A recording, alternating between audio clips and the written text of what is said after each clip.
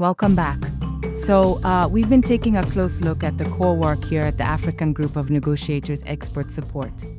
We explored our general work, and today, while we're diving deep into another critical area, the Marine, Ocean, and Blue Economy Special Program, with the expert in blue space here at AGNES. Yes, the blue space. The ocean is really important, and at AGNES, we're driven by the urgent need to protect the ocean. It's, Earth's largest carbon sink, a huge climate regulator, but it's under serious threat.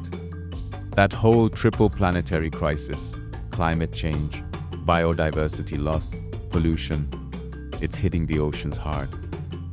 Right? And our mission within this program is very specific. It's about advancing ocean climate negotiations and governance. So, taking the best ocean science we have, synthesizing it, and making sure it informs actual policy, actual implementation. The focus really is on strengthening that link, science, policy, practice, in the marine, ocean, and blue economy.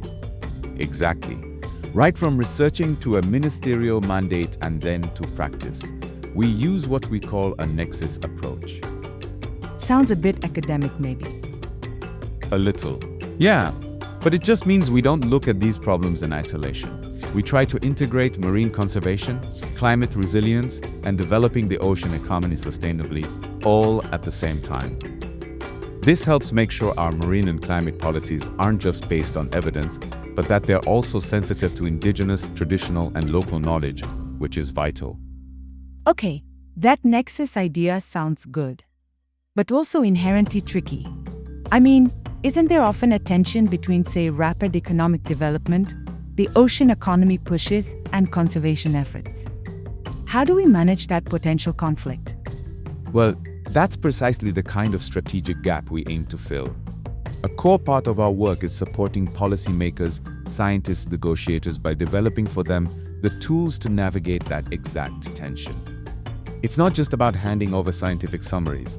It's actively helping governments weave ocean actions right into their key national climate laws, policies, and plans. Like their indices. Exactly. Their nationally determined contributions, NDC, their National Adaptation Plans, NAPs, and National Biodiversity Strategy and Action Plan, NBSAP, as well as long-term strategies. These are the documents that really steer a country's climate path and action. And this is where I think our practical work gets strategic, in that we support countries in developing these policies and plans. We're also currently focusing quite a bit on climate risk and vulnerability assessments, specifically for major African seaports, with an aim of enhancing their climate resilience. Yes, seaports are crucial. Why the focus there? They're the economic lifelines and arteries to global trade, especially for the African continent that relies heavily on exports and imports. We look at immediate threats, sea level rise, worsening storms, and use that to guide practical adaptation measures. It's absolutely critical for the long-term viability, the business continuity of maritime systems across Africa. Think trade security, economic stability, it's all linked. And you can see how that practical work then leads to tangible results, even on the global stage. Like recently we supported the African Group of Ocean Climate Negotiators, helping them develop a position and topics for the UN's Ocean and Climate Change Dialogue that happens annually. And that wasn't just about writing papers. No, exactly. It meant direct support for delegates too.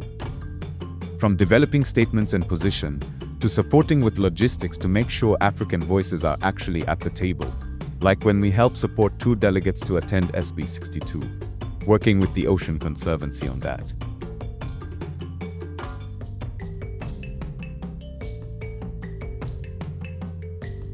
Yeah, and the collaborative nature of this work is, well, it's fascinating. Take our briefing paper on coastal and marine indicators for the Global Goal on Adaptation, the GGA. We developed that with major partners TNC, FAO, Pew Trusts, Conservation International, Ocean and Climate Platform, among others. Experts interrogated the indicators by sharing views on gaps and proposing how the indicators can be refined. Big players. Right. It's a collective effort, and it aligns perfectly with our goal, putting ocean health right at the forefront of Africa's climate action strategy. So, pulling this together, what does all this really mean for, say, our partners or potential donors listening in? It means this marine, ocean, and blue economy program isn't just, talking about resilience. We're actively helping develop and implement real, transformative projects. Projects that build coastal resilience right now, and crucially, projects that help unlock climate finance for ocean-based climate solutions. Yeah, getting that funding flowing is key. Absolutely.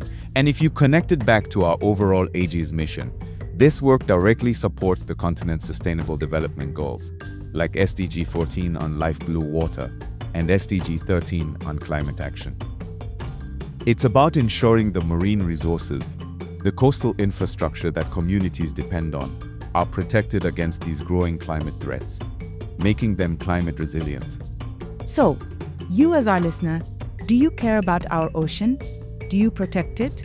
If so, be on the lookout as we continue to share the work we are doing to support ocean climate negotiations and governance. See you then. Bye.